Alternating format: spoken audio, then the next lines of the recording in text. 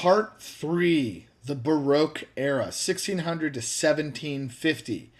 Now, we've looked at music from the Middle Ages and the Renaissance already. We've seen how things have happened very quickly.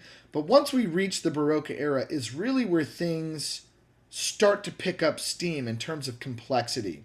This is a time period where in Europe, lots of things are happening. There's the discovery of the New World just before this era begins.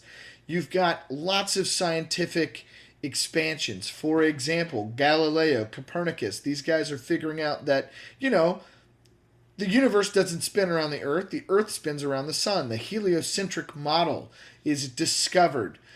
You've got folks like Sir Isaac Newton, who's figured out gravity, right? Lots of things are happening. Then you've also got extreme extravagance for all the aristocrats, the kings and queens, that monarchical society structure, right? Look in France. You've got King Louis XIV, who builds this brilliant golden palace of Versailles. If you ever have the chance to go to Paris, and I hope you do, go travel. It will change your life. Travel as much as you can. Don't wait till you're old and almost dying.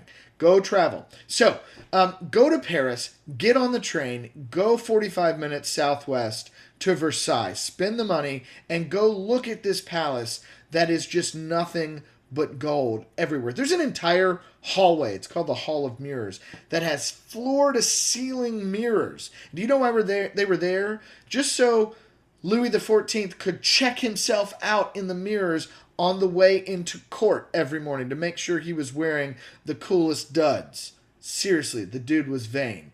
Anyway, this is what's going on during the Baroque era. It is a period of over-the-topness.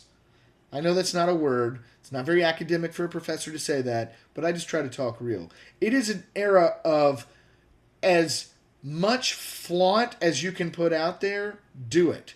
Ornament yourself. Paintings are like this. Architecture is like this. And of course, music is like this.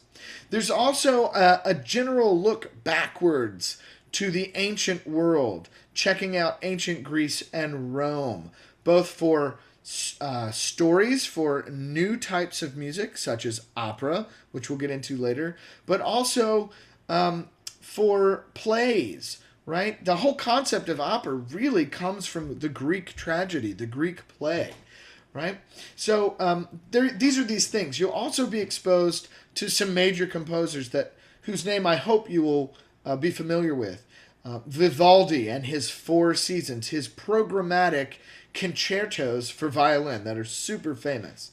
Handel and his Messiah, right?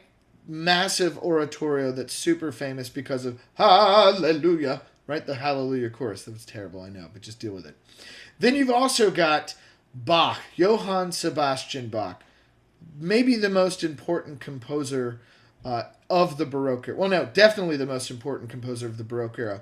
One of the most important composers of all Western classical music. If you go to college to study music and get a degree in music, all of your harmony classes, you'll be following and doing exactly things the way that Bach did. That's what you learn. You have to know Bach.